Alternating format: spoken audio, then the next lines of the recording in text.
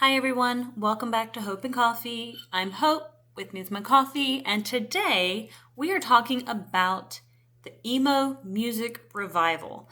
Now, if you don't know what emo music is, please pause this video and just type in emo music, and you will probably be introduced to some of the most random stuff you have ever encountered. I promise, listen to it for I don't know, an hour, and you will probably find some bands that you really like, you've probably heard, and you will probably fall in love with. Now, I have been listening to emo music for a very long time, and I love the fact that it's coming back into the limelight. I also hate the fact that it's had to have a revival. Because for me, this is the stuff that I have been listening to for the past 20 years. And I'm not kidding. It's been around 20 years. I literally just Googled a couple of the dates of when some of my favorite bands have started, and they've been around approximately 20 to 23 years. So, again, the fact that so one, they're touring again. Yay. That means I get to go see them. I'm so excited, and definitely am going to. That means next week when I go see Yellowcard, Story of the Year, Mayday Parade, and a couple other bands, I'm going to be screaming my head off like the other people who were there. When I saw My Chemical Romance last summer twice, I was just as excited as every single person there who probably did not, who was not on scene, who might not have been old enough to be alive or whatever, whenever they first came out. I don't know. So I made a list of a couple bands, and I wanted to throw them out there because these are some bands that I am hopeful that in the very near future I either have or want to see in concert in the future. Now, I already mentioned My Chemical Romance, and I saw them last summer twice, and I was so very thankful because I was supposed to see them in Los Angeles when I lived there, but COVID hit and the concert got canceled. So when I moved to Georgia and they started touring again after COVID, I immediately jumped on the wagon to go see them. Now they, I guess, formed into a band in 2001. They did break up, or they didn't break up, but they kind of stopped touring, stopped making music for a while, for a period of time.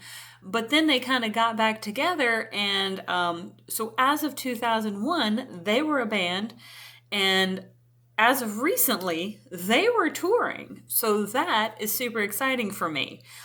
In the same vein as My Chemical Romance is The Used. And The Used came out in 2000. So they are somebody that I'm super, super hopeful that I can either see in Atlanta or in Nashville in the very near future. They are super good. They have a brand new album out called Toxic Positivity. I love it. I feel like it's an album about mental health. There's a song on there called Headspace and Dancing with Brick Walls. And honestly, the album is so good. Another band that I'm supposed to see next week, actually, Yellowcard. I think they've released new music recently. Story of the Year. But Yellowcard, actually, when did they come on scene? They came on scene in 1997. I loved them, and I thought they were unique because at the time they had a violinist, and I thought that was so random, but I loved it. Who else? Fall Out Boy. Fall Out Boy has been on scene since 2001. I remember when the Blue album came out. Gosh, I forget.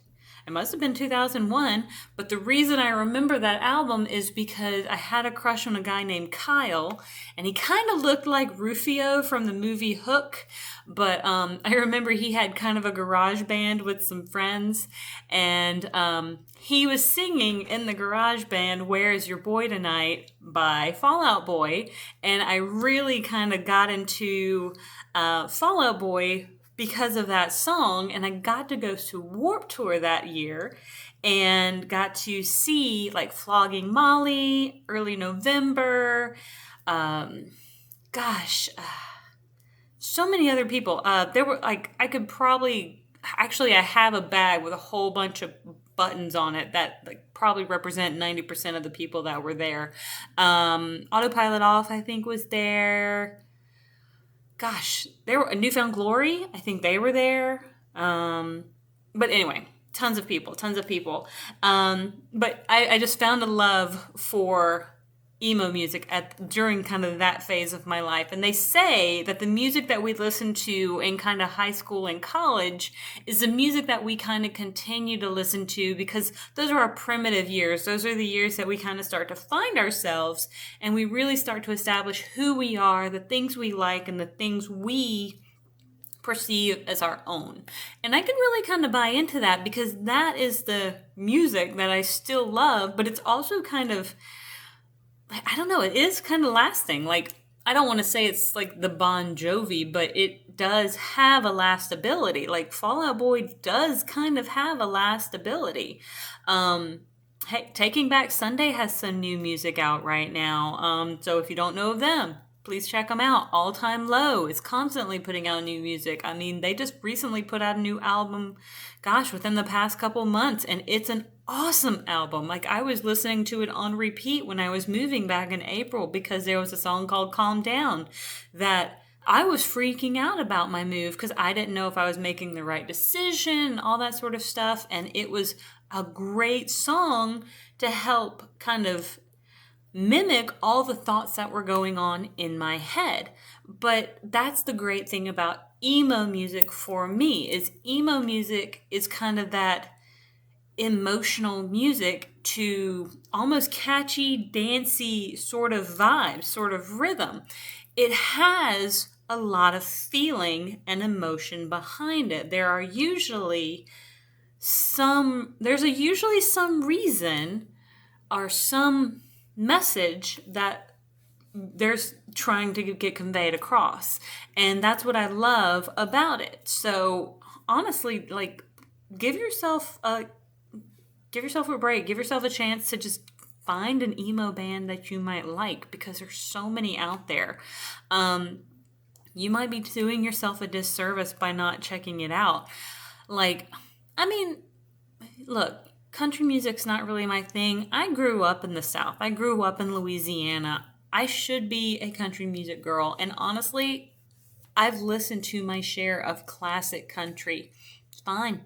It's good. I can sing it all day long on the radio. I don't know much about stadium country. I don't know about the current country. But I'm not going to knock it. It's just, it doesn't resonate with me because it's not the stuff I listen to. So it's harder for me to find the way for it to resonate with me. And that's the only, there's no critique, because that's just, what resonates with me is what I listened to. And so things that are similar to what I listen to tend to be the things I gravitate towards. Yes, I'm very eclectic. I'll listen to Celtic Women. I will listen to instrumentals. Give me some Josh Groban all day long. I will listen to it. Leona Lewis. Give it to me. I love it. I will listen to the entire spectrum. That is not a problem. But if I am going to sit in my car and drive back and forth to work, the thing that's probably on, it's emo music. And that's just kind of what's going on. But I just kind of wanted to talk a little bit about the emo music revival, my concerts next week, and I may do an episode about kind of my thoughts on how the bands are progressing. So until next time, I will see you all on the next page. Have a great one.